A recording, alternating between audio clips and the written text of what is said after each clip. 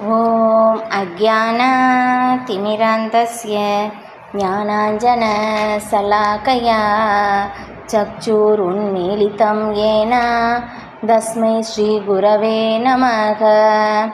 वन्देऽहं श्रीगुरो श्रीयुतापदकमलं श्रीगुरून् वैष्णवांश्च श्रीरूपं साग्रजातं सहगण रघुनाथान्वितं धंसजीवं साद्वैतं सावधूतं परिजनसहितं कृष्णचैतन्यदेवं श्रीराधाकृष्णपादान् सहगण ललिता श्रीविशाखान्वितांश्च। हे कृष्ण करुणा सिन्धो दीनबन्धो जगद्पते गोपेश गोपिका कान्ता राधा कान्ता नमोऽस्तु ते। तप्त काञ्चन गौराङ्गी राधे वृन्दावनेश्वरी वृषभानुसुते देवी प्रणमामि हरिप्रिये। वाञ्छाकल्पतरुभ्यश्च कृपा सिन्धुभ्य एव च पतितानां पावनेभ्यो वैष्णवेभ्यो नमो नमः।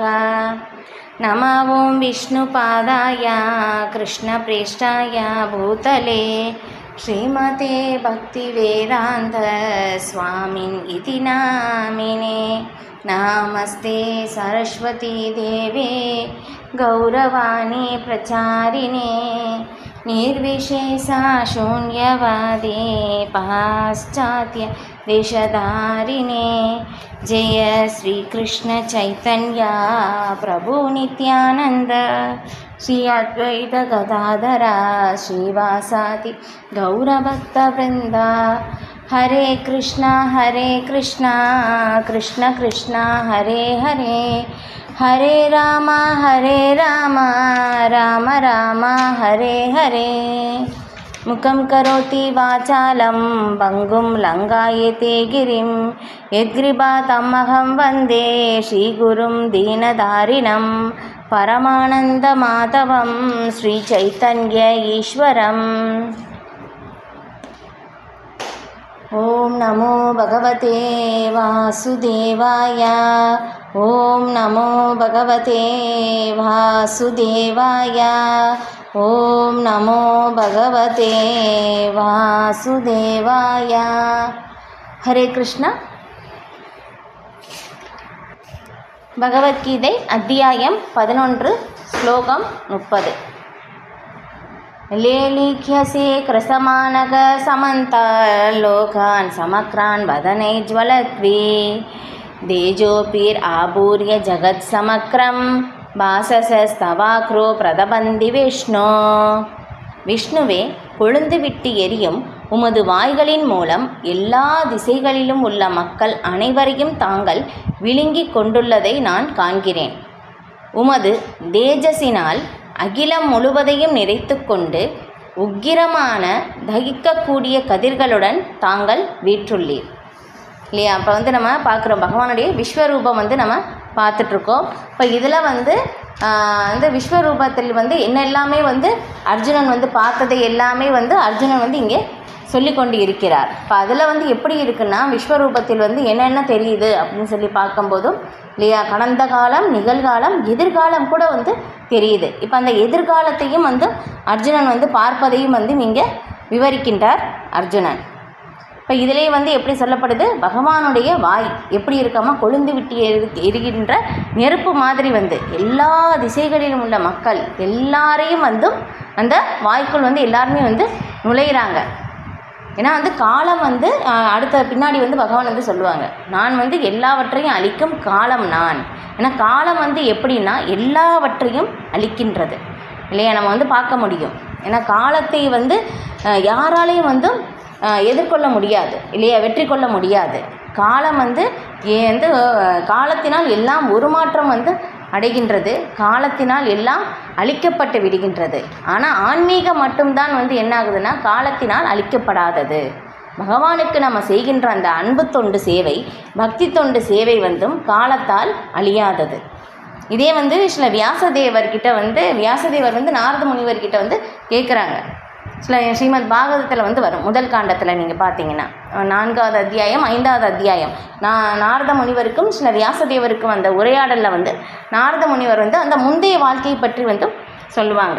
நான் வந்து ஒரு வேலைக்காரியின் மகனாக பிறந்தேன், அதுக்கப்புறம் வந்து சாதுக்களுடைய சங்கத்தின் மூலமாக எனக்கு பகவானுடைய தரிசனம் வந்து கிடைத்தது அப்படின்னு சொல்லி, அது ஏதோ ஒரு பிறவியில் நடந்தது, முந்தைய பிறவி கூட வந்து கிடையாது, ஏதோ ஒரு பிறவியில் நடந்தது. அதுக்கப்புறம் நான் வந்து நாரதராக மாறினேன், நான் பகவானுடைய தொடர்பு வைத்து கொள்வதற்கான எனக்கு அந்த ஆன்மீக உடல் வந்து கிடைத்தது. இந்த பிரளய சமயத்தில் வந்து எல்லாமே அழிந்து பகவானுடைய வயிற்றில் வந்து ஒடுங்கும் போதும் நானும் அதற்குள்ளே வந்து போனேன். இப்போ திரும்ப வந்து பகவான் வந்து இந்த உலகை வந்து படைக்கும் போதும் நானும் அதிலிருந்து வெளியே வந்தேன். இது எல்லாமே நாரத முனிவர் வந்து ஞாபகம் வைத்து சொல்கிறார். இது எப்படி வந்து உங்களுக்கு சாத்தியம் அப்படின்னு சொல்லி சில வியாசதேவர் வந்து கேட்குறாங்க. ஏன்னா வந்து காலத்தினால் எல்லாம் அழிக்கப்படுகின்றது, காலத்தினால் எல்லாமே நமக்கு மறந்துடும் இல்லையா? அப்போ பாருங்கள், நமக்கு ஏதோ ஒரு என்ன சொல்கிறது, ஒரு 10 வருடத்திற்கு முன்னாடி வந்து ஒரு உதாரணம், ஒரு 10 வருடத்திற்கு முன்னாடி வந்து நமக்கு ஒரு தீராத ஒரு மனவேதனை வந்து நமக்கு ஏற்பட்டிருக்கும். ஆனால் அது இருந்தாலும் வந்து என்னாகும்னா ஒரு 10 வருடம் கழித்து வந்து பார்க்கும்போது என்னாகும், அந்த மனவேதனையிலேருந்து நம்ம கொஞ்சம் மீண்டு வந்திருப்போம், அது வந்து நம்ம மறந்தே போயிருப்போம் இல்லையா? இதுதான். நான் எல்லாமே நம்ம ஞாபகம் இருந்ததுன்னா நம்மளால் முடியாது இல்லையா? நம்மளால் வாழவே முடியாது. அதுதான். இப்போ எந்த ஒரு நிலையாக இருந்தாலும் காலத்தினால் எல்லாமே வந்து அழிந்துவிடும். ஆனால் பகவானுக்கு செய்கின்ற அந்த பக்தி தொண்டு சேவை மட்டுமே வந்து என்றுமே காலத்தினால் அழியாத நிலைத்து இருக்கும் இல்லையா? பக்தர்களுடைய புகழ் கூட அப்படித்தான் இல்லையா? பிரகலாத் மகாராஜா இல்லையாப்பா, அவங்களுடையது பாருங்களேன், சத்தியயுகத்தில் வந்து நடந்தது. பிரகலாத் மகாராஜா அவங்களுடைய ஒரு தூய பக்தருக்காக, அவங்களுடைய பகவானுக்கு அவங்க செய்கின்ற அந்த அன்பு சேவையின் மூலமாக வந்து பாருங்கள், பகவானே வந்து ஒரு அவதாரமாக வந்து வந்தார். இது எல்லாருக்குமே வந்து தெரியும். ஆனால் வந்து அது எப்படி, பிரகலாத் மகாராஜருடைய புகழ் என்றென்றும் காலத்தினால் அழியாது, என்றும் நிலைத்து இருக்கிறது.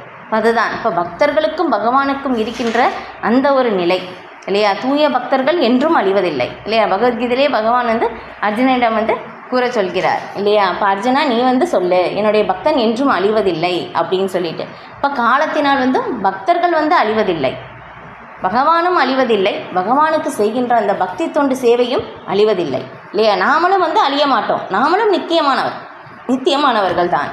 நாம் யாருன்னா ஜீவாத்மா. இந்த உடல் தான் அழிவுக்கு உட்படுகிறதே ஒழிய, ஆனால் ஆத்மா வந்து பார்த்தோம்னா என்றுமே நித்தியமானது. இது காலத்திற்கும் அப்பாற்பட்டது, காலத்தினால் அழிய முடியாதது. இப்போ இது இல்லாமல் வந்து அர்ஜுனன் வந்து பார்ப்பதை வந்து இங்கே சொல்கிறார். ஸ்லோகம் 31.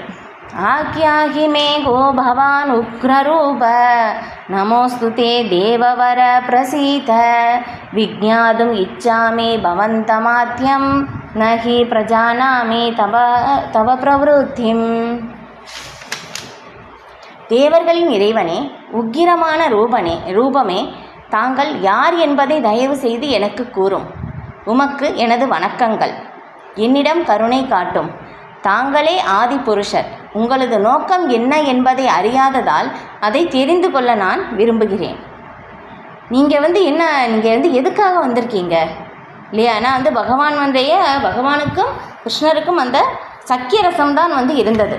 பகவானுடைய விஸ்வரூபத்தை பார்த்த பிறகு அர்ஜுனனுக்கு அந்த பயம் ஏற்படுது. ஏன்னா எல்லா திசைகளிலும் வந்து பகவானுடைய உருவம் தான் தெரியுது இல்லையா? பற்பல தலைகள் இல்லையா, பற்பல மகுடங்கள், கைகள், கால்கள் எல்லாமே பற்பல நிறைய வந்து தெரியுது. எங்கே தொடக்கம் எங்கே முடிவுன்னே தெரியல இல்லையா? எல்லா பக்கமும் வந்து சூழ்ந்து இருக்குது.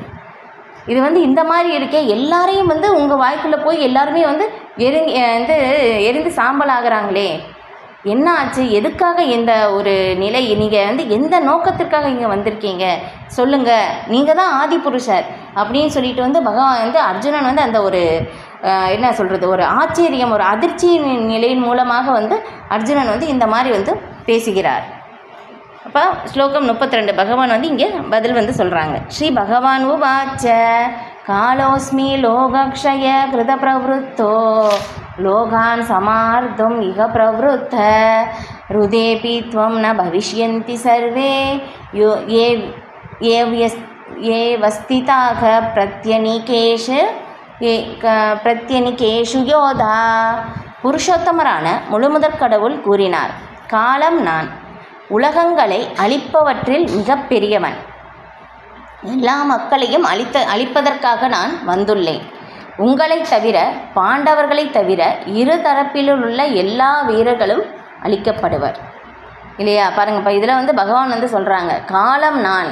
காலம் கூட வந்து பகவானுடைய ஒரு பிரதிநிதி இல்லையா? அதிலிருந்து தப்பித்தவர் யாருமே இல்லை இல்லையா? மார்க்கண்டேய ரிஷி அவங்களும் வந்து எப்படின்னா, மரணம் வந்து 16 வயதில் வந்து மரணம் வந்து அப்படின்னு வந்து சொன்ன உடனே வந்து சிவபெருமான் கிட்ட வந்து பிரார்த்தனை வந்து செய்கிறாங்க. அப்போ வந்து சிவபெருமான் சொல்கிறாங்க, எனக்கு மரணத்தை வந்து அதிலிருந்து ஜெயிக்கக்கூடிய அந்த ஒரு இதை வந்து என்னால் தர முடியாது. இன்னொரு வரம் வேணால் கொடுக்கலாம், என்னென்னா என்றுமே 16ஆக இருக்கிற மாதிரி அந்த வரத்தை வேணால் கொடுக்கலாம் அப்படின்னு சொல்லிட்டு வந்து அது வேணால் கொடுக்கலான்னு சொல்லி அவங்க எப்போவுமே என்றும் 16 அவங்க 16ஐ வந்து தாண்டலை. ஏன்னா 16 தாண்டினாங்கன்னா மரணம் வந்துடும் அப்படின்னு சொல்லிட்டு இல்லையா? அதனால் எத்தனை இது அடுத்தடுத்து அவங்களுடைய சந்ததிகள் வந்து வந்துக்கிட்டே வர்றாங்க போகிறாங்க இல்லையா? அதனால் பிரளய சமயத்தில் வந்து அவங்களுக்கு மரணமே இல்லாததுனால இந்த பிரளய நீர் சுற்றியில் எல்லாமே அழிஞ்ச பிறகும் சுற்றியில் வந்து நீர் மட்டும்தான் இருக்குது இல்லையா? எவ்வளோ ஒரு கஷ்டமான நிலை இல்லையா? ஒரே விஷயத்தை திரும்ப வந்து பார்க்கும்போதும் அப்போ வந்து கடைசியில் வந்து பார்க்குறாங்க அவங்க பகவான் வந்து அந்த பிரளய நீரில் வந்து வரும்போதும் சுற்றியில் வந்து எல்லா பக்கத்தில் இருந்தும் வந்து பார்க்கும்போது பகவான் வந்து அந்த ஒரு மரத்தில் வந்து ஒரு ஆளிலையில் வந்து பகவான் வந்து அங்கே ஒரு சிறு குழந்தையாக வந்து படுத்தி இருக்கிறார். இப்போ அந்த மாதிரி வந்து அங்கே பார்க்குறாங்க. இது இப்போ அதுதான். அப்போ வந்து காலத்தின் மூலமாக எல்லாவற்றையும் பகவான் அழித்து விடுகிறார். பகவான்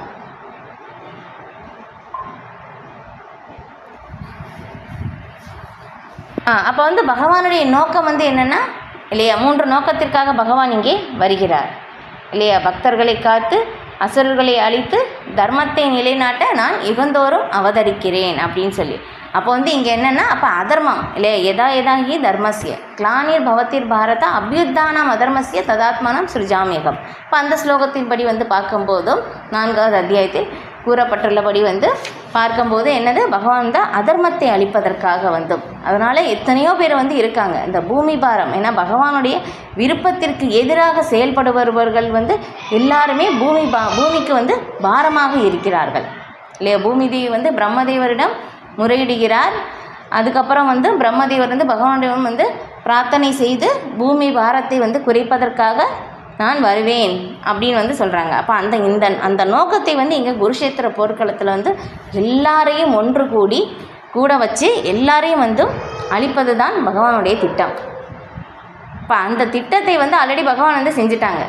இப்போ வந்து அதுக்கு வந்து ஒரு கருவியாக இருந்து செயல்படுவதற்கு அந்த தன்னுடைய தூய பக்தனுக்கு வந்து அந்த புகழை வந்து கொடுப்பதற்காக அர்ஜுனனை வந்து தேர்ந்தெடுக்கிறார் பகவான். இப்போ இதுதான் வந்து இது. இப்போ அதான் வந்து கேட்குறாங்க, உங்களுடைய நோக்கம் என்ன, எதுக்காக வந்திருக்கீங்க, ஏன் இந்த மாதிரி எல்லாரையும் வந்து கொல்றீங்க, என்னது அப்படின்னு சொல்லி கேட்கும்போது அப்போ பகவான் வந்து இங்கே சொல்கிறாங்க, எல்லாவற்றையும் அழிக்கும் காலம் நான். ஏன்னா காலம் வந்து நம்ம வந்தே பார்க்குறோம் இல்லையா? எல்லாமே வந்து அழித்து விடுகின்றது. இதுதான் ஒரு மாயையான ஒரு தோற்றம். இது 3வது காண்டத்தில் வந்து பார்க்கும்போதும் விதுரர் வந்து மைத்ரேய முனிவரிடம் வந்து ஒரு கேள்வி வந்து கேட்குறாங்க. அப்போ வந்து கேட்கும்போது என்னென்னா, அது ஒரு பெரிய கதை வரும். இதில் வந்து நான் அந்த இது மட்டும் சொல்கிறேன். இப்போ அதில் வந்து என்னென்னா, மைத்ரேய முனிவர்கிட்ட வந்து பகவானுடைய லீலைகள் வந்து கேட்பதற்காகத்தான் விதுரர் வந்து போகிறாங்க. ஆனால் அந்த பகவானுடைய லீலைகள் கேட்பதற்கு முன்னாடி வந்து நம்முடைய எல்லாருடைய துன்பத்திற்கும், ஆனால் அவங்க வந்து இயல்பிலேயே வந்து ஒரு தூய பக்தராக இருக்கிறனால, விதுரர் யார் அப்படின்னாக்கா வந்து 12 மகாஜனங்களில் ஒருவர், யமதர்மராஜாவுடைய அவங்களுடைய ஒரு அவதாரம் தான் வந்து விதுர மகாத்மா. வந்து அதனால் வந்து அவங்களுக்கு தெரியும், ஏன்னா வந்து அவங்க பக்தியிலே மிக உயர்ந்த நிலையில் வந்து இருக்காங்க. ஆனால் இருந்தாலும் தங்களுடைய இயல்பின் காரணமாக, பணிவின் காரணமாக வந்தும் நம்முடைய ஒரு சாதாரண நபர்களுடைய அவங்களுடைய நிலையிலிருந்து அந்த கேள்வியை வந்து மைத்ரேய முனிவரிடம் வந்து கேட்கிறார். என்னென்னா வந்து இப்போ வந்து எல்லாருமே வந்து இந்த பலன் கருது செயல் வந்து செய்கிறாங்க இல்லையா? காலையிலேருந்து இரவு வரைக்கும் வந்து எல்லாருமே வந்து சம்பாதிக்கிறாங்க, வேலை செய்கிறாங்க. ஆனால் இது எல்லாமே எதுக்காக செய்யப்படுது? எல்லாருமே சந்தோஷமாக இருக்கணும் அப்படின்னு தான் வந்து செய்கிறாங்க. ஆனால் அதில் சந்தோஷமும் கிடைக்கல இல்லையா? சந்தோஷமும் கிடைக்கல. அதுக்கப்புறம் அதன் மூலமாக வந்து திருப்தியும் ஏற்படலை. அப்போ வந்து இது எதனால் காரணம்? அப்போ இதுக்கு வந்து இந்த தீர்வு வந்து நீங்கள் வந்து சொல்லுங்கள் அப்படின்னு சொல்லி அவங்க ரொம்ப நிறைய கேள்விகள் வந்து இதில் வந்து கேட்குறாங்க இல்லையா? அப்போ வந்து இதில் எதுக்காக சொல்ல வரோம்னா, இது வந்து நம்ம வந்து இங்கே வந்து நம்ம செய்கின்ற அந்த ஒரு செயல் வந்து நமக்கு வந்து ஆனந்தத்தை கொடுக்கும் அப்படின்னு சொல்லி நம்ம நினைக்கிறோம். எப்போ இங்கே வந்து சொல்கிற மாதிரி எப்படி காலம் வந்து எல்லாத்தையும் அழித்து விடுகிறதோ அதே மாதிரி நம்முடைய திட்டங்கள் எல்லாமே மாயையினால் முறியடிக்கப்படுகின்றது. இந்த உண்மையான அந்த நிலையை வந்து மாயையான அந்த நிலையை வந்து நமக்கு வந்து சாதாரண மனிதர்களால் புரிந்து கொள்ள முடியவில்லை. அப்போ மாயையினுடைய உண்மையான செயல் என்ன அப்படின்னு சொல்லி நாம் தெரிந்து கொள்ள வேண்டும் அப்படின்னு சொல்லி சில பிரபுபாதர் வந்து விளக்குறாங்க இல்லையா. ஏன்னா வந்து நம்ம திட்டங்கள் நிறைய வந்து தீட்டுறோம், ஆனந்தத்திற்காக வந்து செயல்படுறதுக்காக, ஆனந்தம் அடைவதற்காக நிறைய செயல்கள் வந்து செய்யும் போதும் அந்த செயல்கள் எல்லாமே மாயையினால் எல்லாமே முறியடிக்கப்படுகின்றது. அப்போ வந்து நம்ம வந்து செய்கிற செயல் வந்து எந்த மாதிரி வந்து அப்போ செய்ய வேண்டும் இல்லையா. அப்போ அது வந்து நம்ம தெரிந்து கொள்ள வேண்டும். இப்போ அதுதான் வந்து இப்போ இங்கே காலம் வந்து எல்லாமே அழிக்கிறது அப்படின்னு சொல்கிறதுக்காக அந்த உதாரணம் வந்து சொன்னேன். இப்போ இதுதான். இப்போ அதனால் இங்கே வந்து என்ன ஆகுது, காலம் நான் உலகங்களை அழிப்பவற்றில் மிகப்பெரியவன், எல்லா மக்களையும் அழிப்பதற்காக நான் வந்துள்ளேன் இல்லையா. பகவானுடைய அந்த நோக்கம், பகவானுடைய அவதாரத்தின் நோக்கம் வந்து என்னென்னா அந்த நோக்கத்தை நிறைவேற்றுவதற்காக இங்கே வந்திருக்கிறார் பகவான். அதை வந்து இங்கே சொல்கிறாங்க. இப்போ தன்னுடைய நண்பர் என்றும் புருஷோத்தமராகிய முழுமுதற் கடவுள் என்றும் கிருஷ்ணர் அர்ஜுனனை அறிந்திருந்தார். இருப்பினும் அவரால் தோற்றுவிக்கப்பட்ட பற்பல உருவங்களை பார்த்து அவன் குழம்பியுள்ளான். எனவே இத்தகைய அழிவு சக்தியின் உண்மையான நோக்கம் என்ன என்று அவன் வினவுகிறான். வேதங்களில் எழுதப்பட்டுள்ளபடி பிராமணர்கள் உட்பட அனைவரையும் அழியக்கூடியது பரம உண்மை. கட உபனிஷதத்தில் கூறப்பட்டுள்ளது, எஸ்ய பிரம்மச்ச சத்ரம் ச உபே பவத ஓதன மிருத்யுர் யஸ்யோபசேச்சனம் கயித்தா வேதயத்ர சக. பிராமணர்கள், சத்திரியர்கள் மற்றும் அனைவருமே காலப்போக்கில் பரமனால் உணவை போன்று விழுங்கப்படுகின்றனர். பரமபுருஷரின் அந்த உருவம் எல்லாவற்றையும் அளிக்கும் பேருருவம், எல்லாவற்றையும் அளிக்கும் அந்த கால ரூபத்தில் கிருஷ்ணர் தன்னை இங்கு வெளிப்படுத்துகிறார் இல்லையா. எல்லாருமே வந்து அழிக்கப்படுவது நிச்சயம் காலப்போக்கில். அதுக்கப்புறம் பாண்டவர்கள் சிலரை தவிர போர்க்களத்தில் இருந்த அனைவருமே அவரால் அழிக்கப்படுவர். அர்ஜுனன் போர் புரிவதில் நாட்டமின்றி இருந்தான். போர் புரியாமல் இருப்பது சிறந்தது என்றும் அதனை தவிர்த்துவிட்டால் விரக்திக்கு இடம் இருக்காது என்றும் அவன் எண்ணினான். அவனது எண்ணத்திற்கு பதில் கூறும் விதத்தில், நீ போரிடாமல் இருந்தாலும் இங்குள்ள அனைவரும் அழியப் போகிறார்கள், இதுவே எனது திட்டம் என்று பகவான் கூறினார் இல்லையா. இப்போ நீங்கள் வந்து விஸ்வரூபம் வந்து காட்டினாங்க, அதில் வந்து எதிர்காலமும் வந்து அர்ஜுனனால் பார்க்க முடிந்தது. எல்லாருமே வந்து அழிகிறது வந்து அர்ஜுனன் வந்து பார்க்கிறார். இப்போ அர்ஜுனனுடைய தரப்பில் இருந்த அந்த வீரர்களும் வந்து அழிந்து போகிறார்கள். பாண்டவர்கள் தவிர எல்லாருமே வந்து அழியக்கூடியது நிச்சயம் இல்லையா. இதுதான் என்னுடைய திட்டம். நீ வந்து யாருமே கொல்லலை அப்படின்னாலும் நான் எல்லாரையும் கொல்ல போவது நிச்சயம். இது என்னுடைய திட்டம். நீ வந்து செய்யலை அப்படின்னாக்கா வேறு யாராவது செய்வாங்க இல்லையா. அப்போ அதுதான் என்னென்னா இதில் எப்படி சொல்லப்படுதுன்னா, பகவான் வந்தும் நான் வந்து பகவானை வந்து நம்மை வந்து பயன்படுத்துகிறார் அப்படின்னு சொல்லும்போது மிகப்பெரிய பாக்கியம் இல்லையா. ஏன்னா வந்து இதில் பக்தி ரசாமிருத சிந்துவில் வந்து சில ரூப கோஸ்வாமி வந்து இந்த ஒரு இறை விளக்கத்தை வந்து சொல்கிறாங்க. சொல்லும்போது எப்படி இருந்ததுன்னா வந்து பகவான் வந்து எப்படி பவ அப்படின்னு சொல்லி அந்த ஒரு வார்த்தை வந்து சொல்லப்படும். என்ன அப்படின்னாக்கா இங்கே வந்து நம்ம வந்து இங்கே அனுபவிக்கணும் அப்படின்னு சொல்லி வந்து எல்லாருடைய இருதயத்திலும் அந்த ஆசை வந்து கொழுந்து விட்டு எரியுதாமா. இப்போ அந்த ஆசையை வந்து தணிப்பவர் வந்து ஆன்மீக குரு. அவங்களுடைய வார்த்தையின் மூலமாக மட்டும்தான் தணிக்க முடியும். இதுதான் வழி அப்படின்னு சொல்லி சில ஸ்ரீமத் பாகவதத்திலேயும் வந்து சொல்லப்பட்டிருக்கு. இப்போ இது வந்து என்ன அப்படின்னாக்கா இப்போ அதை வந்து நம்மளுடைய ஆசைகள் எல்லாமே வந்து அதை வந்து அழிக்கணும் இல்லையா. இப்போ அதன் மூலமாகத்தான் வந்து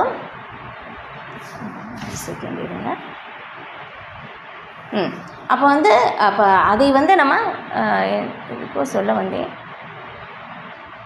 ஓகே, இது பார்க்கலாம்.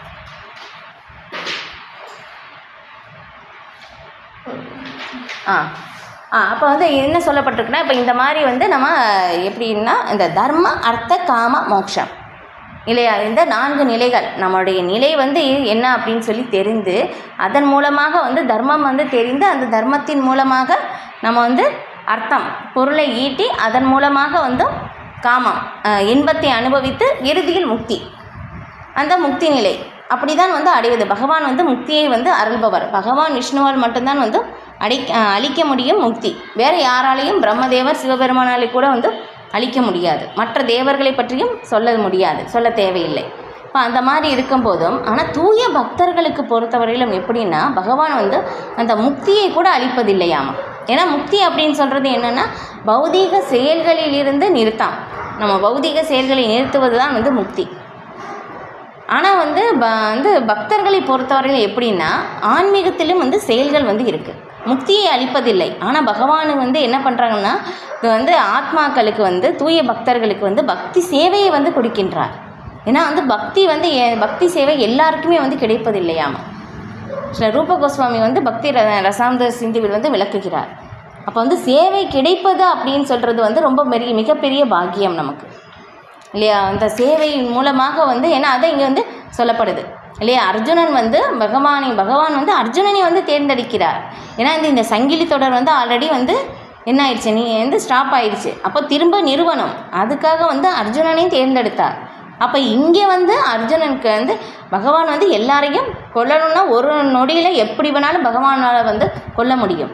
ஆனால் வந்து அர்ஜுனனை பயன்படுத்துகிறார் பகவான் இல்லையா. அப்போ நமக்கு வந்து ஒரு சேவையில் வந்து நமக்கு கிடைச்சிருக்கு, நம்ம வந்து ஈடுபடுகிறோம் அப்படின்னாக்கா அது வந்து பகவானுடைய விருப்பம் இல்லையா. அப்போ அதுதான் வந்து இங்கே சொல்லப்படுது. அர்ஜுனன் வந்து பகவானுடைய விருப்பத்தின்படி அர்ஜுனன் வந்து பகவானுடைய விருப்பப்படி செயல்பட அர்ஜுனன் பயன்படுத்தப்படுகிறான். ஆனால் அர்ஜுனன் வந்து முதல்ல என்ன சொன்னது, நான் போரிட மாட்டேன் சொன்ன பிறகு தான் பகவான் வந்து அந்த பகவத்கீதையை வந்து உபதேசிக்கிறார். இப்போ வந்து இங்கே வந்து எப்படி வந்து விளக்குறாங்கன்னா நீ வந்து போரிடாமல் இருந்தே அப்படின்னாலும் எல்லாருமே வந்து கொல்லப்படுவது நிச்சயம்.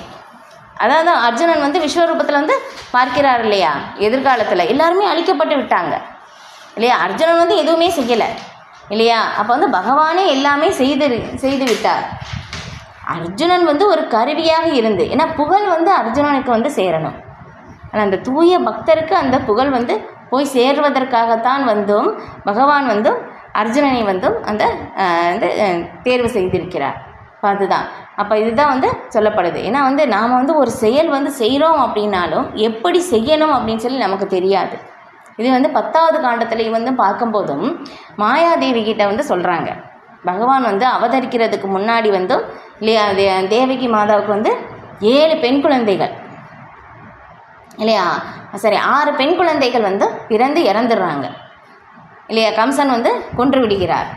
இப்போ அதுக்கப்புறம் 7ஆவதாகத்தான் வந்து பலராமர் பிறக்கிறார். அதுக்கப்புறம் என்னாகும், அது வந்து பலராமர் வந்து வந்தது, அதுக்கப்புறம் அந்த குழந்தை வந்து பிறக்கவில்லை அப்படின்னு சொல்லி வந்து தெரிய வருது. அதுக்கப்புறம் தான் 8ஆவதாக பகவான் வந்து வருகின்றார். அது வந்து ஒரு பெரிய கதை. அப்போ வந்து இது அந்த 6 பேர் யார் அப்படின்னு சொல்லும்போது காம குரோத லோப மோக மத மாச்சரியம் அப்படின்னு சொல்லி சொல்லப்படுது. அப்போ பகவான் வருகிறார் அப்படின்னாலும் இப்போ அதுக்கு முன்னாடி நமக்குள்ளே இருக்கின்ற இந்த 6 எதிரிகளை வந்து நாம் அழிக்க வேண்டும். அதுக்கப்புறம் அந்த இடத்தில் பலராமர் வந்து அந்த இடத்தை தூய்மை செய்கிறார். அதுக்கப்புறம் தான் பகவான் வந்து வருகிறார். இப்போ இதுதான் வந்து நடக்குது. இப்போ அந்த 6 பேர் வந்து இறந்தது அந்த காம குரோத லோப மோக மத மாச்சரியம், இந்த 6 பேர். அப்போ இந்த மாதிரி வந்து பகவான் வந்து வருகின்றார். அப்போ வந்து என்னென்னா பலராமர் வந்து இங்கே வந்தது ஏன்னா வந்து வசுதேவருக்கு வந்து இன்னொரு மனைவி வந்து இருக்காங்க இல்லையா. ரோஹிணி மாதா கூட வந்து இவங்களுடைய மனைவி, வசுதேவருடைய மனைவியாக வந்து இருக்காங்க. இப்போ வசுதேவருடைய மனைவியாக இருக்கிறனால வந்து தேவகி மாதா கருவில் இருக்கிற அந்த ஒரு குழந்தையை வந்து என்ன சொல்கிறாங்கன்னா ரோகிணி மாதாவுடைய கருவிலை வந்து மாற்ற வேண்டும் அப்படின்னு சொல்லி மாயாதேவி கிட்ட வந்து பகவான் வந்து சொல்கிறாங்க. இந்த செயல் எப்படி செய்யணும்னு அப்படின்னு சொல்லி மாயாதேவிக்கு வந்து தெரியாது. அப்போ வந்து பகவானே வந்து உள்ளிருந்து அதை வந்து எப்படி செய்யணும் அப்படின்னு சொல்லி வந்து சொல்லி கொடுக்கிறார். இதுதான் அப்போ வந்து நமக்கு வந்து நாம் வந்து ஒரு விஷயத்தை செய்கிறோம் அப்படின்னாக்கா எதுவுமே நாம் வந்து செய்யவே இல்லை இல்லையா. பக்தி செயல்கள் பொறுத்தவரையிலும் ஆன்மீக செயல்கள் பொறுத்தவரையிலும் வந்தும் பகவான் தான் அதை வந்து எல்லாமே வழி நடத்துகிறார்.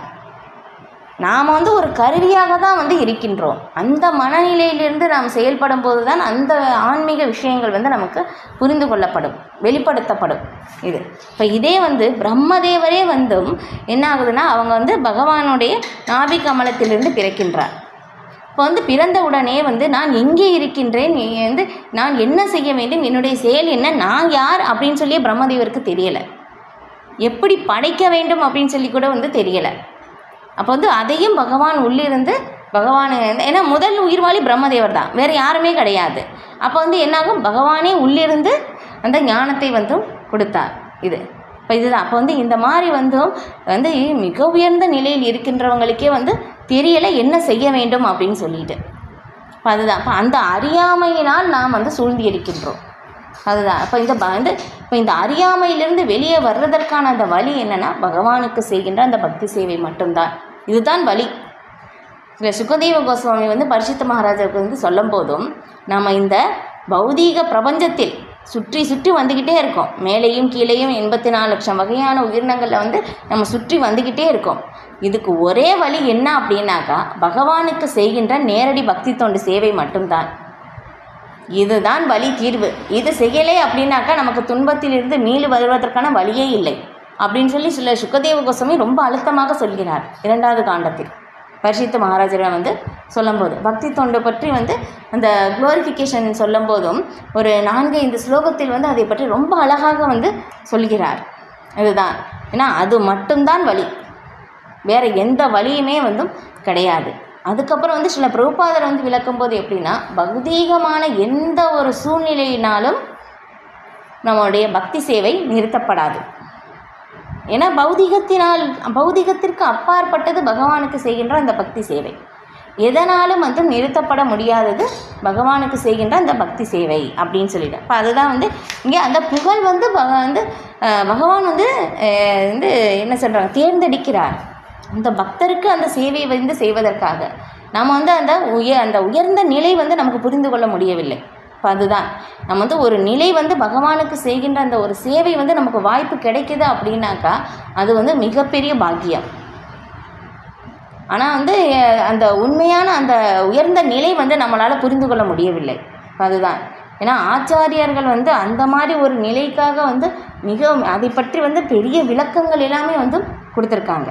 பாருங்கள், சில ரூப கோஸ்வாமி வந்து விளக்குகிறார். அது படிக்கும்போது எனக்கே வந்து ரொம்ப ஆச்சரியமாக இருந்தது. ஏன்னா எல்லாருக்குமே வந்து முக்தி வந்து யாருக்கு வேணாலும் பகவான் கொடுத்துருவாராமா.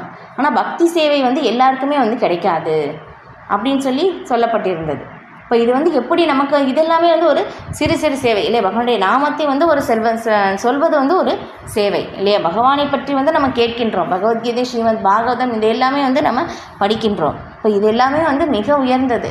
ஏன்னா இது எல்லாமே வந்து சில பிரபுபாதருடைய கருணையால் நமக்கு வந்து கிடைச்சிருக்கு. ஏன்னா இதுதான் வழி, நம்முடைய துன்பத்திலிருந்து வெளியே வர்றதற்கான அந்த ஒரு மார்க்கம், வழி எல்லாமே வந்து இது மட்டும்தான்.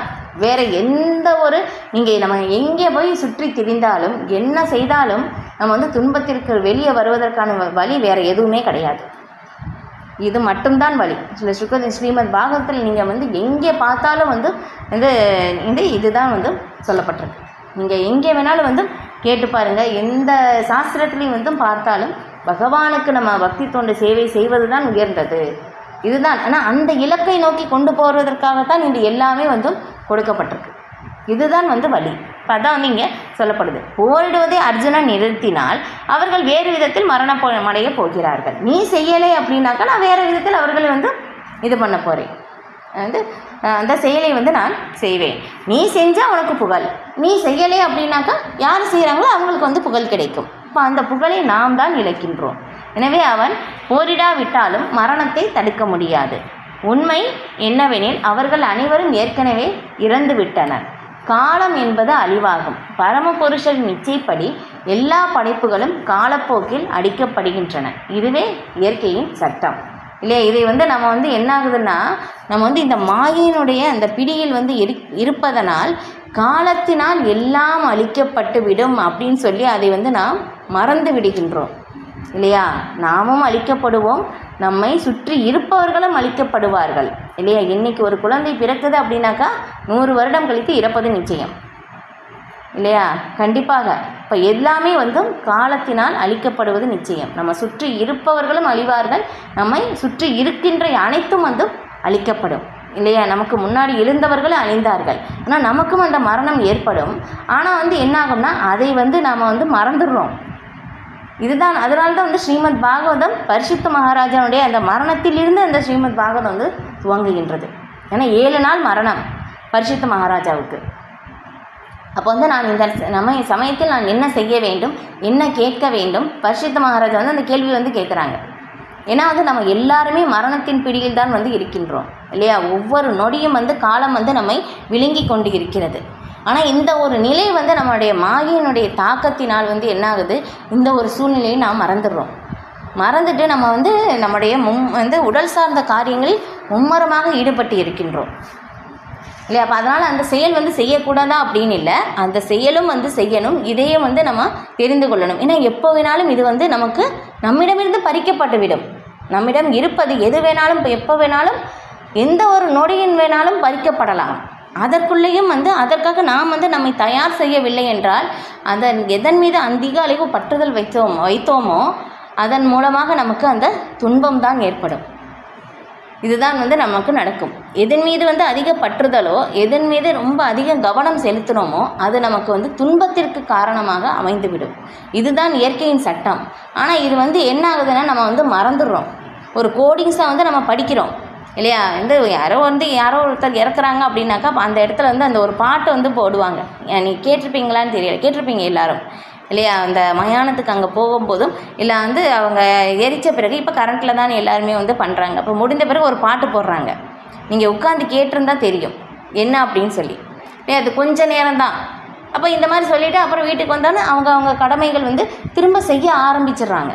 இதுதான் வந்து நமக்கு நடக்குது. ஆனால் நமக்கும் அந்த ஒரு நிலை ஏற்படும் இல்லை? எல்லாமே வந்து காலத்தால் நம்ம செய்கிற புகழ், செயல், செல்வம் எல்லாமே வந்து இதோட வந்து மரணத்தினோட அந்த காலத்தினால் எல்லாமே அழிக்கப்பட்டு விடும், எல்லாமே நிறுத்தப்பட்டு விடும்.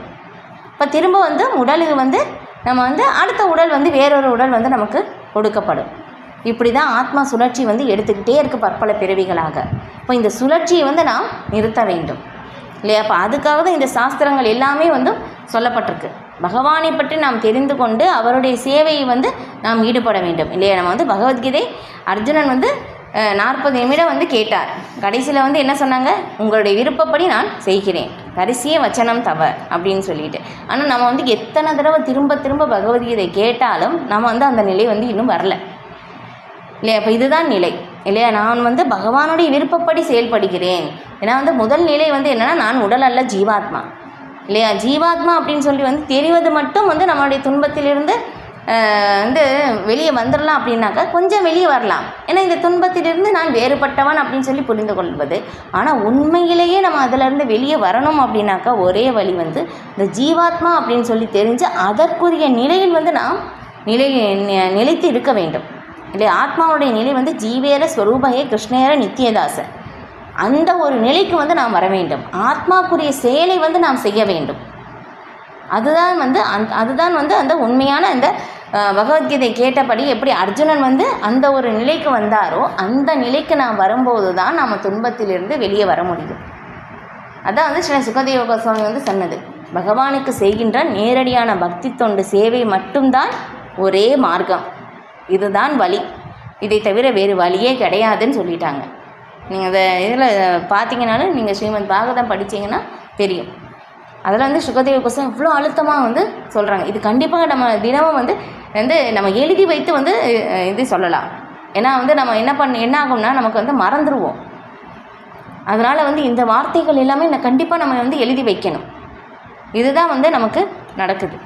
ஓகே, இப்போ அதுதான் வந்து இங்கே சொல்லப்படுது. பரமபுருஷரின் இச்சைப்படி எல்லா படைப்புகளும் காலப்போக்கில் அழிக்கப்படுகின்றன இல்லை? திரும்ப படைக்கப்படுது, திரும்ப அழிக்கப்படுது. இப்போ அந்த படைப்பின் நோக்கம் என்ன அப்படின்னாக்கா, எல்லா உயிர்வாளிகளும் பரமனுடன் உறவு இருப்பதை அறிந்து கொண்டு பரமனுடன் அந்த உறவை வந்து ஏற்படுத்தி கொள்வதற்காகத்தான் படைப்பின் நோக்கம். சில பிரபுபாதர் வந்து ஸ்ரீமத் பாகவதத்தில் வந்து ரொம்ப அருமையாக வந்து விளக்கியிருக்கிறார்.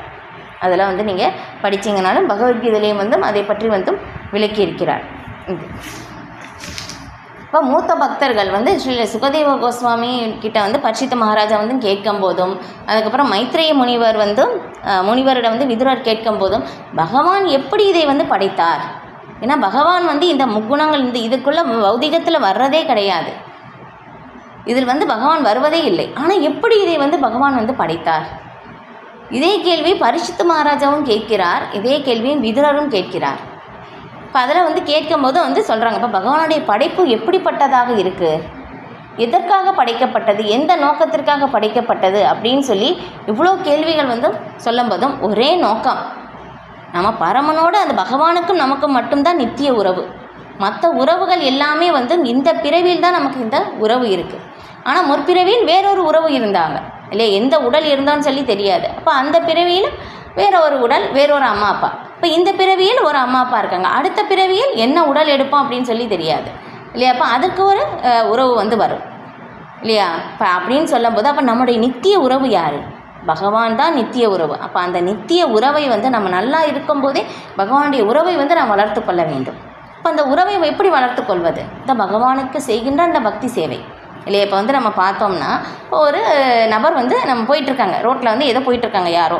இப்போ நம்ம அவங்ககிட்ட வந்து சொல்லுவோம், அவங்க யாருன்னே நமக்கு தெரியாது. நாம் சொல்கிறோம் அவங்களுக்கு போய் நீ வந்து சேவை செய்ய அப்படின்னு சொன்னோம்னா நம்ம என்ன சொல்லுவோம்? அவங்க யாருன்னே எனக்கு தெரியாது, நான் எப்படி வந்து செய்ய முடியும் இல்லையா. ஒரு அந்நியமாக வந்து இருக்காங்க. அதே மாதிரி தான் ஆனால் பகவானுக்கும் நமக்கும் தான் நித்திய உறவு இருக்குது. ஆனால் அந்த நித்திய உறவை மறந்து விட்டு நம்ம வந்து பகவானை வந்து ஒரு யாரோ ஒரு நபராக நம்ம வந்து இருக்கின்றோம். அதனால தான் அதுதான் நம்முடைய துன்பத்திற்கு காரணம். இதுதான் நம்ம வந்து பகவானுடைய உறவை மறந்தது தான் நம்முடைய துன்பத்திற்கு காரணம். நம்ம ஆன்மீகத்தில் வந்து மிக உயர்ந்த நிலைக்கு வரும்போது நம்ம புரிந்து கொள்ள முடியும், பகவானிடமிருந்து பிரிந்து வந்ததனால்தான் எல்லா துன்பமும் நமக்கு வந்து வந்தது. நான் இந்த உடல் தான் வந்து எப்படின்னா சரீர அவித்யாஜால். நம்ம பிரசாதம் சாப்பிட்றதுக்கு முன்னாடி இந்த மந்திரத்தை வந்து நம்ம சொல்லுவோம். சரீர அவித்யாஜால். சரீரம் வந்து எப்படி? அவித்யான அறியாமை, அறியாமையின் இருப்பிடம் இந்த உடல். இந்த அறியாமையினால்தான் இந்த உடலே நமக்கு கிடச்சிருக்கு. இந்த உடல் மூலமாக வந்து நமக்கு வந்து எப்படி பாருங்கள், ஒரு இருட்டில் வந்து உண்மையை வந்து நம்ம பார்க்க முடியாது இல்லையா. அப்போ அறியாமை அப்படின்னா இருளுக்கு தான் சமம் இல்லை. இந்த பௌதிக உலகம் கூட இந்த இருட்டுக்கு சமமாக இருக்குது. அதனால தான் வந்து நமக்கு வெளிச்சம் தேவைப்படுது. ஆன்மீக உலகத்தில் வெளிச்சம் தேவையில்லை இல்லையா. பகவான் வந்து சொல்கிறாங்க இல்லையா பகவத்கீதையில், சூரியனோ சந்திரனோ மின்சாரமோ நெருப்போ தேவையில்லைன்னு சொல்லிக்கிட்டாங்க. ஆன்மீக உலகத்தில் பகவானுடைய சுய தேஜஸிலிருந்து வருகின்ற ஒளி வந்து எல்லா இடத்துலையும் வந்து அந்த பிரகாசத்தை வந்து படுத்துகின்றது. இப்போ இங்கே தான் வந்து அறியாமை வந்து இருக்குது. அதனால தான் வந்து நமக்கு இங்கே துன்பம் வந்து ஏற்படுது. இன்னொரு இடத்துல வந்து ரொம்ப அழகாக வந்து விளக்கப்பட்டிருந்தது. பிரம்மதேவர்கிட்ட வந்து பிரம்மதேவர் வந்து எப்படி நான் வந்து படைப்பு செய்ய வேண்டும் அப்படின்னு சொல்லி எனக்கு வந்து உங்களுடைய கருணையை வேண்டி, பகவானுடைய கருணையை வேண்டி பிரம்மதேவர் பிரார்த்தனை செய்கிறார்.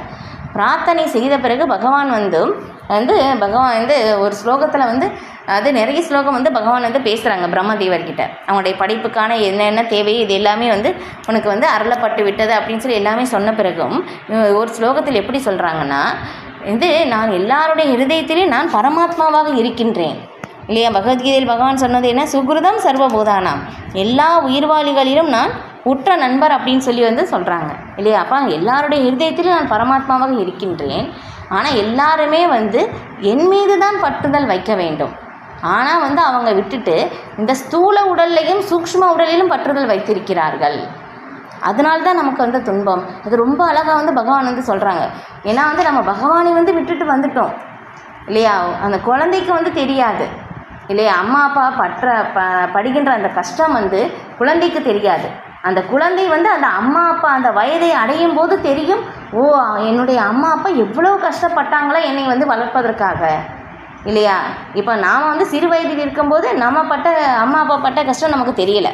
இப்போ நம்ம வந்து அந்த 30-40 வயதை நாம் அடையும் போது தான் தெரியுது நம்முடைய அம்மா அப்பா எவ்வளோ கஷ்டப்பட்டாங்க அப்படின்னு சொல்லிட்டு இல்லையா. அப்போ அதே மாதிரி பகவான் வந்து எந்த மாதிரி வந்து நம்ம வந்து திரும்பி வர வேண்டும் அப்படின்னு சொல்லி வந்து பகவான் விரும்புவதை நம்ம வந்து புரிந்து கொள்ளவில்லை. இப்போ பகவானிடமிருந்து பிரிந்து வந்து ஏன்னா வந்து விரிந்து வந்து அனுபவிக்கணும் அப்படின்னு சொல்கிறதுனால பகவானுடைய கட்டுப்பாட்டிலிருந்து மாயையினுடைய கட்டுப்பாட்டில் வந்து நம்ம வந்துட்டோம்.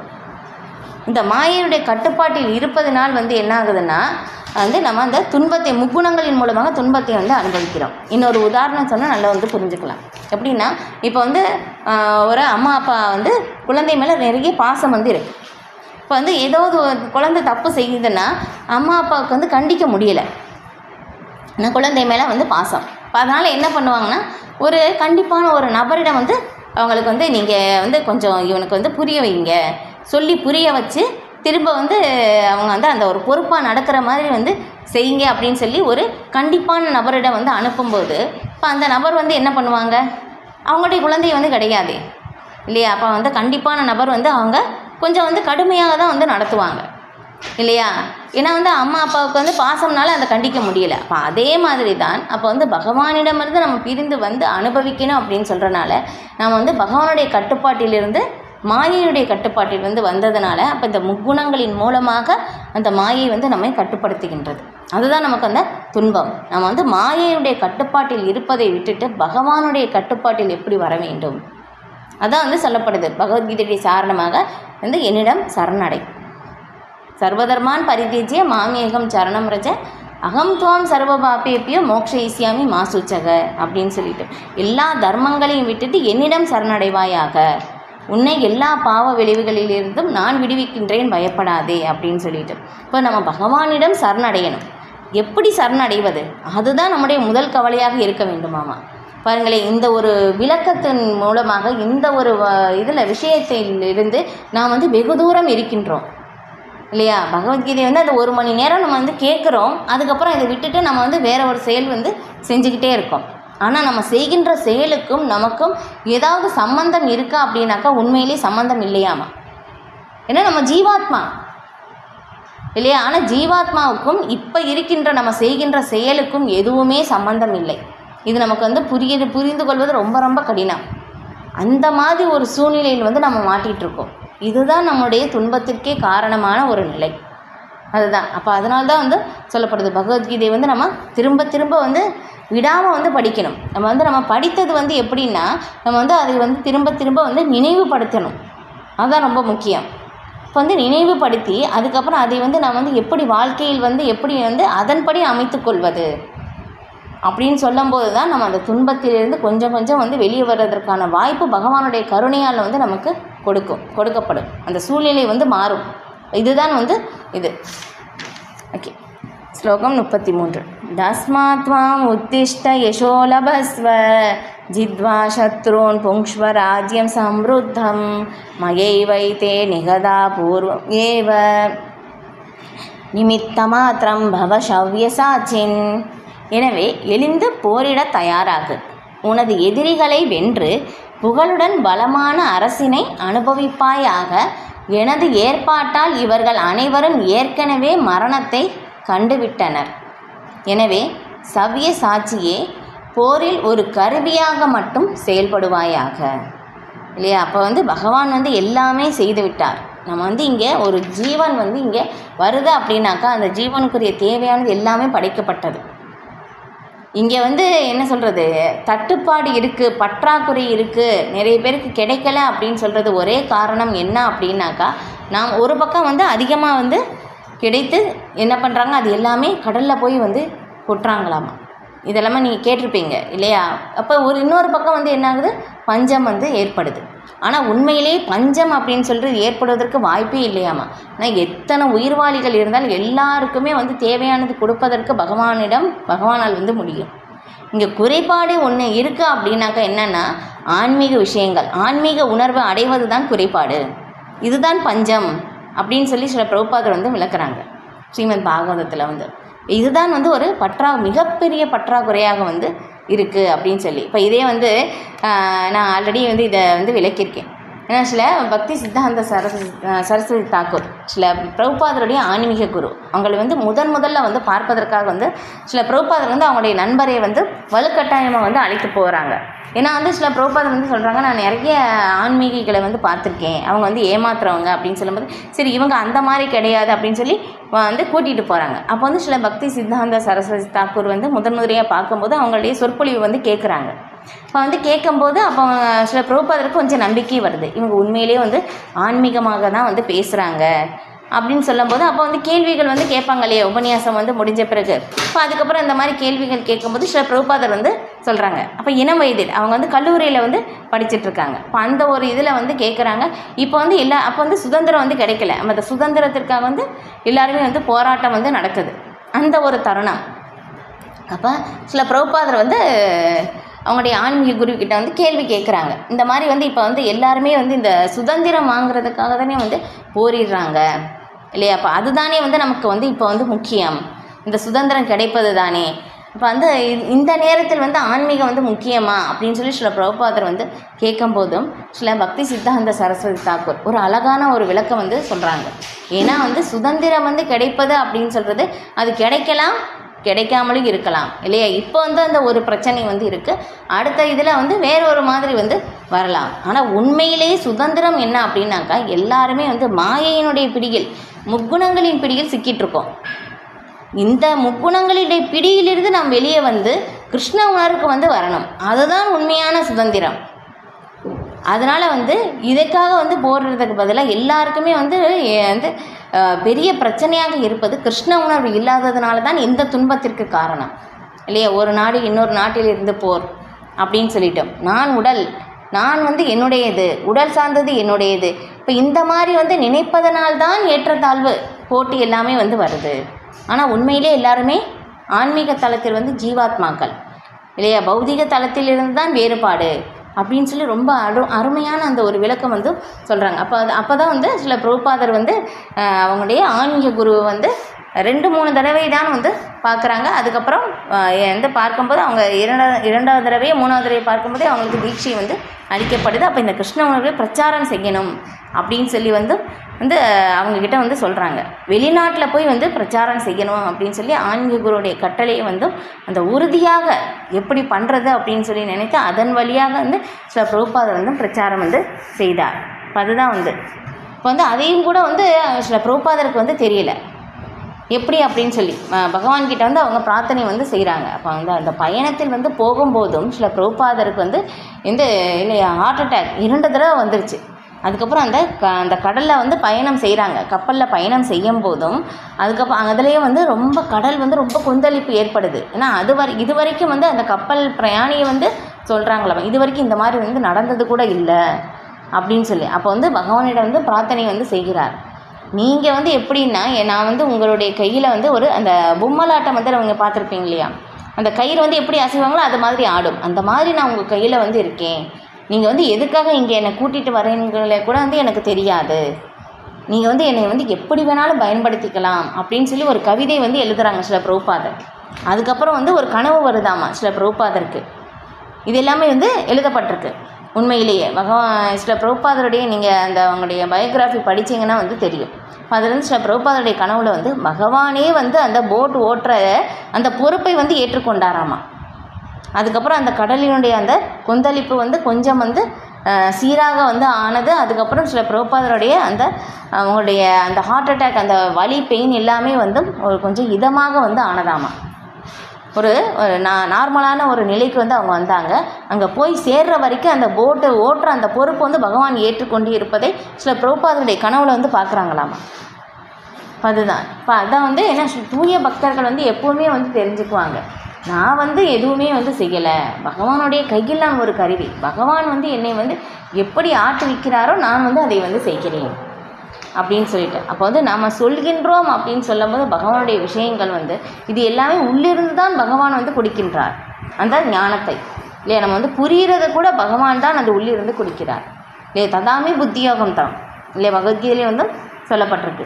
என்னிடம் வந்தடைவதற்கான அறிவை நானே வழங்குகிறேன் அப்படின்னு சொல்லிட்டோம். இப்போ பகவான் தான் வந்து கொடுக்கின்றார் அந்த ஒரு இது. இப்போ அதை வந்து இங்கே சொல்லப்படுது, நான் வந்து எல்லாமே ஏற்பாடு செஞ்சுட்டேன், நீ வந்து செஞ்சேன்னா என்னுடைய விருப்பப்படி நீ செய்தால் அந்த புகழ் வந்து உனக்கு கிடைக்கும் இல்லையா. உனக்கு வந்து அந்த ராஜ்யம் வந்து காத்துட்ருக்கு. இது சப்போஸ் நீ இதில் வந்து வெற்றி பெறவில்லை அப்படின்னாலும் உனக்கு சொர்க்கம் வந்து காத்துட்ருக்கு. நீ வெற்றி பெற்றாலும் வந்து என்னாகும்னா உனக்கு வந்து புகழ் வந்து உனக்கு இருக்குது, ராஜ்யமும் வந்து உனக்கு இருக்குது. அப்போ எல்லாமே வந்து எப்படி பார்த்தாலும் உனக்கு தான், உன்னுடைய சைடு தான் வெற்றி. சப்போஸ் நீ இது வேணான்னு சொல்லி விட்டுட்டு போயிட்டே அப்படின்னாக்கா நீ வந்து இரக்கத்தினால்தான், ஏன்னா ஒரு தூய பக்தர் எப்போவுமே இரக்கத்தோடு தான் வந்து இருப்பார். நீ வந்து இரக்கத்தினால்தான் வந்து என்னாகும், இதில் நான் யாரையும் கொல்ல மாட்டேன் அப்படின்னு நீ சொல்கிற. ஆனால் வந்து எல்லாருமே எப்படி நினைப்பாங்கன்னா, ஏன்னா ஒரு சத்திரியனுடைய கடமை வந்து போரில் வந்து இறப்பது தான் வெற்றி, வெற்றி பெறுவது வெற்றி, வெற்றியில் வந்து தோல்வி அடைந்தாலும் சத்திரியனுக்கு வந்து தோல்வி அடைந்தாலும் வெற்றி தான். ஆனால் அங்கேருந்து ஓடி போவது வந்து எப்படி ஒரு கோழைத்தனம். அதனால் நீ இந்த போர்க்களத்தை விட்டு போனாய் அப்படின்னாக்கா எல்லாருமே வந்து உன்னை வந்து பயந்து ஓடி போயிட்டாய் அப்படி தான் வந்து சொல்லுவாங்க அப்படின்னு சொல்லி பகவான் வந்து அர்ஜுனனுக்கு வந்து சொல்கிறார். அதனால் எப்படி நடந்தாலும் ஓகே, நீ வந்து போரிடு, நீ வந்து எப்படி ஒரு கருவியாக மட்டும் நினைத்து வந்து போரிடு, அப்படி நீ செய்தாய் அப்படின்னாக்கா வெற்றி வந்து உனக்கு கிடைக்கும் அப்படின்னு சொல்லி வந்து பகவான் வந்து சொல்கிறாங்க இங்கே. இது ரொம்ப முக்கியமான ஒரு ஸ்லோகம். இப்போ சவ்ய சாட்சின் என்னும் சொல் போர்க்களத்தில் மிகவும் திறமையான அம்பு எய்தக்கூடியவனை குறிக்கின்றது. எனவே தனது எதிரிகளை கொள்வதற்கான அம்புகளை செலுத்துவதில் நிபுணனாக திகழும் அர்ஜுனன் இப்பெயரினால் அழைக்கப்படுகின்றான். நிமித்த மாத்திரம் கருவியாக ஆவாயாக என்னும் சொல் மிகவும் முக்கியமானது. முழு உலகமும் முழுமுதற் கடவுளின் திட்டப்படி இயங்குகிறது. போதிய அறிவில்லாத முட்டாள் மக்கள் மட்டுமே இயற்கை திட்டமின்றி இயங்குவதாகவும் உலகிலுள்ள அனைத்தையும் தானாக தோன்றியதாகவும் எண்ணுகின்றனர். பேரளவு விஞ்ஞானிகள் பலர் படைப்பினை பற்றி கருத்து கூறும்போது இப்படி இருக்கலாம், அப்படி இருந்திருக்கலாம் என்றெல்லாம் கூறுகின்றனர். ஆனால் இருந்திருக்கலாம் என்ற கேள்விக்கே இடமில்லை. இந்த ஜட உலகில் ஒரு குறிப்பிட்ட திட்டம் நிறைவேற்றப்பட்டு வருகின்றது. அந்த திட்டம் என்ன? கட்டுண்ட ஆத்மாக்கள் முழுமுதற் கடவுளின் திருநாட்டிற்கு திரும்பி செல்வதற்கான ஒரு வாய்ப்பே இந்த பிரபஞ்ச தோற்றம் இல்லையா? நம்ம வந்து பார்த்தோம், இது ஸ்ரீமத் பாகவதத்திலையும் பிரபுபாதர் வந்து விளக்குறாங்க இல்லையா? ஏன்னா பிரம்மதேவர் ஏன் படைக்கிறார்? எல்லா உயிர்வாளிகளையும் பிரம்மதேவர் வந்து படைக்கின்றார் இல்லையா? அப்போ அந்த எதுக்காக படைக்கப்படுது அப்படின்னு சொல்லி ஒரே நோக்கம் வந்தும் திரும்ப அந்த உயிர்வாளிகள் வந்து அனுபவிப்பதற்காக வந்திருக்காங்க. அப்போ அனுபவித்து வந்து அவங்களுடைய அவங்க அனுபவிக்கணும். இப்போ அதை அனுபவித்து இதை வந்து புரிந்து கொள்ள வேண்டும். எதற்காக படைக்கப்பட்டது? நாம் திரும்பி பகவானிடம் வந்து நம்ம திரும்பி செல்ல வேண்டும். அதுதான் நோக்கம். இந்த ஜட உலகமுடைய படைப்பின் நோக்கமே வந்து அதுதான். அந்த படைப்பின் நோக்கத்தை வந்து சரியாக புரிந்து கொண்டு யார் வந்து செயல்படுகிறார்களோ பகவானுடைய திட்டத்தை அவங்க சரியாக செயல்படுத்துகிறார்கள். அதுதான் அதான் வந்து இங்கே சொல்லப்படுது. அவர்கள் இந்த ஜட இயற்கையை கட்டுப்படுத்த முயன்று வருகின்றனர். அந்த அதிகார மனப்பான்மை இருக்கும் வரை அவர்கள் கட்டுண்ட வாழ்விலேயே செயல்படுவர் இல்லையா? நம்ம வந்து இதை வந்து எந்த அளவுக்கு வந்து அனுபவிக்கணும் அப்படின்னு சொல்லும்போது மாயையுடைய கட்டுப்பாட்டில் திரும்ப திரும்ப நமக்கு வந்து கஷ்டங்கள் வந்து நேரிடும். அப்போ நம்முடைய உண்மையான நிலை வந்து புரிந்து கொண்டு இதை வந்து நம்ம பகவானுடைய சேவையில் வந்து நம்ம ஈடுபடுத்தும் போது தான் துன்பத்திலிருந்து வெளியே வர முடியும். அதுதான் வந்து இங்கே சொல்லப்படுது. இப்போ அதற்கு அதிகார மனப்பான்மை இருக்கும் வரை இந்த கட்டுண்ட வாழ்விலேயே செயல்படுவர். ஆனால் பரமபுருஷரின் திட்டத்தை புரிந்து கொண்டு கிருஷ்ண உணர்வை வளர்ப்பவன் மிகவும் புத்திசாலியாவான். பிரபஞ்ச தோற்றத்தின் படைப்பும் அழிவும் இறைவனின் பரம ஆணையின் கீழ் செயல்படுகிறது. இவ்வாறாக குருஷேத்திர போரும் இறைவனின் திட்டப்படியே நடக்கிறது. அர்ஜுனன் போரிட மறுத்தான். ஆனால் பரமபுருஷரின் விருப்பத்தின் அடிப்படையில் அவன் போரிட வேண்டும் என்று வலியுறுத்தப்படுகிறான். அப்போது அவன் மகிழ்ச்சியாக வாழ முடியும். அதுதான் வந்து இல்லையா இங்கே சொல்லியிருக்கப்படுது பாருங்கள், எப்படி மகிழ்ச்சியாக வாழ முடியும். இங்கே சொல்லியிருக்கிற மாதிரி பரமபுருஷரின் விருப்பத்தின் அடிப்படையில் அவன் போரிட வேண்டும் என்று வலியுறுத்தப்படுகிறான். அப்போது அவன் மகிழ்ச்சியாக வாழ முடியும். அர்ஜுனன் வந்து முதல்ல சொன்னது போர் செய்ய மாட்டேன் அப்படின்னு சொல்லி சொன்னது, அதுவும் வந்து அர்ஜுனனுடைய சுய விருப்பம். ஆனால் இங்கே முதல்ல வந்து போர் செய்வதற்காக தான் வந்தார் இல்லையா? அப்போ அந்த போர் செய்வதும் அர்ஜுனனுடைய ஒரு சுய விருப்பமாக இருந்தது. போர் செய்ய மாட்டேன் அப்படின்னு சொல்கிறதும் அர்ஜுனனுடைய சுய விருப்பம்தான். ஆனால் இங்கே வந்து பாருங்கள், பகவான் சொன்ன பிறகு அர்ஜுனன் வந்து செய்வது, ஏன்னா பகவானுடைய விருப்பப்படி செய்வது இல்லையா? ஒரே செயல் ஒன்று தான், ஆனால் எந்த நோக்கத்திற்காக செய்யப்படுவது, யாருக்காக செய்யப்படுவது அப்படின்னு சொல்லிட்டு இல்லையா? இன்னொரு உதாரணம் சொன்னால் வந்து நல்லா வந்து நம்ம புரிஞ்சுக்கலாம் இல்லையா? அப்போ வந்து ஒரு இடத்துல பார்க்கும்போது 3 பேர் வந்து ஒரே வேலை தான் வந்து செய்கிறாங்க. இப்போ அந்த 3 பேர்கிட்ட வந்து போய் கேட்குறாங்க, நீங்கள் வந்து என்ன செய்கிறீங்க அப்படின்னு சொல்லி கேட்கும்போதும், நான் என்னுடைய பலத்தை காட்டுவதற்காக இந்த கல்லை வந்து தூக்குகிறேன் அப்படின்னு வந்து சொல்கிறாங்க. இப்போ இன்னொரு நபர்கிட்ட வந்து கேட்கும்போது என்ன சொல்கிறாங்கன்னா, நான் வந்து என்னுடைய வயிற்று பிழைப்புக்காக வந்து நான் வந்து இந்த கல்லை வந்து தூக்குகிறேன் அப்படின்னு வந்து சொல்கிறாங்க. இப்போ இன்னொரு நபர்கிட்ட வந்து கேட்கும்போதும், நான் பகவானுடைய சேவைக்காக இந்த கல்லை வந்து தூக்குகிறேன் இல்லையா? 3 பேர் ஒரே செயல் தான் செய்கிறாங்க, ஆனால் வந்து நோக்கம் வந்து வேறு. அதுதான் இப்போ அதே தான் வந்து இங்கே முதல்ல அர்ஜுனன் வந்து தன்னுடைய சுய விருப்பத்தின்படி நான் போரிட மாட்டேன் அப்படின்னு வந்து நினச்சது. அதுக்கு முன்னாடியே வந்து போர் செய்வது தன்னுடைய சுய விருப்பத்தின்படி. ஆனால் இப்போ வந்து இங்கே செய்வது என்னென்னா பரம விருப்பப்படி வந்து செயல்படுவது தான் வந்து அர்ஜுனனுக்கு வந்து மகிழ்ச்சியை வந்து அளிக்கும். இதுதான் வழி. அதான் வந்து சொல்லப்படுது, பகவானுக்கு செய்கின்ற அந்த பக்தி தொண்டு சேவை மட்டும்தான் நம்ம வந்து துன்பத்திலிருந்து வெளியே கொண்டு வரும். இப்போ ஒருவன் பூரண கிருஷ்ண உணர்வுடன் தனது வாழ்வை பகவானின் திவ்யமான தொண்டிற்காக அர்ப்பணித்தால் அவன் பக்குவமானவன் ஆவான் இல்லையா? அப்போ அந்த ஒரு நிலையை வந்து நாம் எப்படி அடைவது? அதற்காக வந்து நம்ம வந்து பிரயத்தனம் வந்து செய்ய வேண்டும். நம்முடைய முயற்சிகள் வந்து அதற்காக வந்து இருக்க வேண்டும். அது வந்து எப்படி செய்யணும் அப்படின்னு சொல்லி நமக்கு தெரியாது. ஆனால் பகவானுடைய பிரார்த்தனைகள் மூலமாக பகவானிடம் வந்து நம்ம செய்கின்ற அந்த ஒரு பிரார்த்தனை உண்மையிலே நம்ம விரும்பணும் அப்படின்னாக்கா பகவான் வந்து அதற்கான சூழ்நிலையை நமக்கு ஏற்படுத்தி தருவார். அதுதான். அப்போ நமக்கு தெரியாது எப்படி செய்யணும் அப்படின்னு சொல்லிட்டு. அதான் வந்து இங்கே சொல்லப்பட்டிருக்கப்போ ஆச்சாரியர்கள் அதற்கான வழிமுறைகள் எல்லாமே வந்து நமக்கு வந்து சொல்லி வச்சுருக்காங்க. இப்போ அவங்களுடைய விருப்பப்படி அவங்க வந்து எப்படி சொல்லியிருக்காங்க, எந்த மாதிரி வந்து நம்ம பக்தி வாழ்க்கையை வந்து நம்ம வந்து அந்த சாதனா பக்தி அப்படின்னு வந்து சொல்கிறோம். அதை வந்து அவங்க வந்து நமக்கு வந்து அமைத்து கொடுத்திருக்கிறார்கள். இப்போ அதன்படி வந்து நம்ம வந்து கொஞ்சம் கொஞ்சமாக முயற்சி செய்தோம் அப்படின்னாக்கா அவங்களுடைய கருணையின் மூலமாக பகவான் திருப்தி அடைந்து அதற்கான சூழ்நிலையை நமக்கு ஏற்படுத்தி தருவார். இது நிறைய பக்தர்களுடைய வாழ்க்கையிலும் வந்து நடந்திருக்கு. இந்த மாதிரி வந்து இப்போ வந்து ஏன்னா வந்து ஒரு எப்படி சொல்லப்படுதுன்னா ஸ்ரீ விஸ்வநாத சக்கரவர்த்தி தாக்கூர் நம்ம வந்து காலையிலேருந்து மங்களாரத்திலே வந்து அந்த பாடல் கூட வந்து பாடுவோம், சம்சார தாவா அப்படின்னு சொல்லிட்டு. அதில் வந்து சொல்லப்படுது, எஸ்ய பிரசாதா பகவத் பிரசாதோ எஸ்ய பிரசாதா ந கதி குதோபி அப்படின்னு சொல்லிட்டு. ஏன்னா ஒரு ஆன்மீக குருடைய கருணை இல்லாமல் பகவானுடைய கருணை அடையவே முடியாது. அதுதான். இப்போ அந்த வழிமுறையை அடைவதற்காக ஆன்மீக குருவை ஏற்றுக்கொள்வது ரொம்ப ரொம்ப அவசியம். அவங்களை ஏற்றுக்கொண்டு அவர்களுடைய வழிகாட்டலின்படி நம்ம வந்து நடந்து அதன்படி நம்ம செயல்படும் போது பகவான் வந்து திருப்தி அடைந்து நம்ம வந்து திரும்பி அந்த ஒரு நிலையை வந்து அடைவதற்கான சூழ்நிலையை பகவான் நமக்கு ஏற்படுத்தி தருவார்.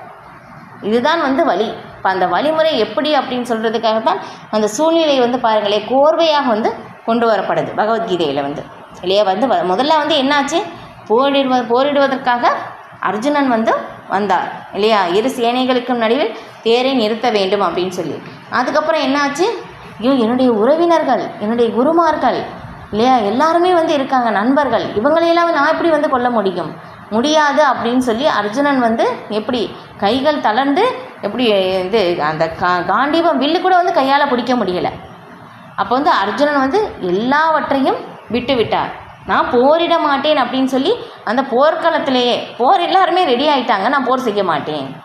எப்படி இருக்கும் பாருங்களேன். இப்போ நம்ம வந்து எக்ஸாமுக்கு எல்லாமே ப்ரிப்பரேஷன் எல்லாம் ரெடி ஆயிடுச்சு, நான் அந்த நேரத்தில் வந்து கடைசியில் கிளம்புற நேரத்தில் நான் போய் எக்ஸாம் எழுத மாட்டேன் சொன்னால் எப்படி இருக்கும் இல்லையா? அப்போ அந்த மாதிரி வந்து அங்கே அர்ஜுனன் வந்து இரு சேனைகளுக்கு நடுவிலே தேரை நிறுத்தின பிறகு போர் தொடங்க இருக்கிற சமயத்தில் நான் போரிட மாட்டேன் அப்படின்னு சொல்லும்போது எப்படி இருக்கும் இல்லையா? இப்போ அந்த ஒரு தருணம் தான் வந்து அங்கே. இப்போ சுற்றியில் எல்லாருமே வந்து இருக்காங்க, நம்முடைய நிலையும் அதுதான் இல்லையா? நம்ம வந்து என்னாகும், ஐயோ நம்ம வந்து இந்த மாதிரியெல்லாம் செய்தால் அவர்கள் எல்லாம் வந்து அழித்து விட்டால் நமக்கு என்னாகும், பாவம் தானே வரும், நம்ம தனியாக தானே இருப்போம், நம்ம வந்து யாருமே இல்லாமல் எப்படி அனுபவிக்கிறது இல்லையா? நம்ம ஒரு இடத்துல வந்து ரொம்ப அழகாக அலங்கரிச்சுட்டு போகிறோன்னா மற்றவங்க நம்ம பார்க்குறதுக்காகத்தான் இல்லையா? யாருமே இல்லை நம்ம அலங்கரிக்க மாட்டோம் இல்லையா? வீட்டில் இருக்கும்போது என்ன பண்ணுவோம், பார்க்கவே நல்லா இருக்காது நம்மளை பார்க்கவே இல்லையா? வெளியே போகும்போது நம்ம வந்து அலங்கரிப்போம், ஏன்னா மற்றவர்கள் நம்மை பார்க்க வேண்டும் அப்படின்னு சொல்லி. இது உலக இயல்பு. அதே மாதிரி தான் அர்ஜுனன் வந்து நாம் வந்து மற்றவர்கள் இல்லாமல் நாம் வந்து எப்படி நான் தனியாக எப்படி அனுபவிக்க முடியும், யாருமே பார்க்குறதுக்கு கூட இருக்க மாட்டாங்களே அப்படின்னு சொல்லி இப்போ நம்ம சைடில் இருந்து அர்ஜுனன் வந்து அந்த பேசுகிறார். அப்போ வந்து நான் வந்து யாரையும் கொல்ல மாட்டேன் அப்படின்னு சொல்லி அந்த ஒரு அறியாமையில் வந்து அர்ஜுனன் வந்து போகிறார் இல்லையா? அதுக்கு நிறைய நம்மளை மாதிரி தான் வந்து அந்த ஐயோ யாருமே வந்து எல்லாருமே இருந்துட்டாங்க அப்படின்னாக்கா வந்து என்னாகும், அந்த வர்ண சங்கரம் ஏற்படும் அப்படின்னு சொல்லி நிறைய வாதத்தை வந்து அர்ஜுனன் முன்வைக்கிறார். ஆனால் அதுக்கு மேலே அந்த வாதத்தை முன்வைக்க முடியலை அர்ஜுனனால். ஏன்னா அர்ஜுனன் வந்து அறியாமையில் இல்லை, நம்ம சைடில் இருந்து நமக்கு புரியறதுக்காக அர்ஜுனனுக்கும் பகவானுக்கும் அந்த உரையாடல் வந்து நடக்குது. இப்போ அதுக்கப்புறம் வந்து என்ன ஆகுது, அர்ஜுனன் அறியாமையில் இருந்து ஒரு கட்டத்தில் தாண்டி பேச முடியலை இல்லையா? பார்த்துங்களேன், ரொம்ப ஒரு கஷ்டத்தில் இருக்கிறவங்களுக்கு என்ன பண்ணுவாங்கன்னா நான் ஸ்டாப்பாக பேசிக்கிட்டே இருப்பாங்க இல்லையா? அதுக்கு வந்து இறுதி வந்து கிடையாது, ஆனால் வந்து புலம்பிக்கிட்டே இருப்பாங்க. ஆனால் அதுக்கப்புறம் என்னாகும், ஒரு கட்டத்தில் அவங்களால பேச முடியாது, அதுக்கு இறுதி பலனும் வந்து கிடைக்காது. இப்போ அதுக்கப்புறம் என்ன ஆகுது, அர்ஜுனன் வந்து பேச முடியாததுனால என்ன பண்ணுறதுன்னு தெரியாமல் அர்ஜுனன் வந்து என்ன பண்ணுறாங்க, பகவானிடம் வந்து சரணடைகிறார். கார்பண்ய தோஷோ பகத ஸ்வபாவ அப்படின்னு சொல்லிட்டு வந்து 2வது அத்தியாயம் 7வது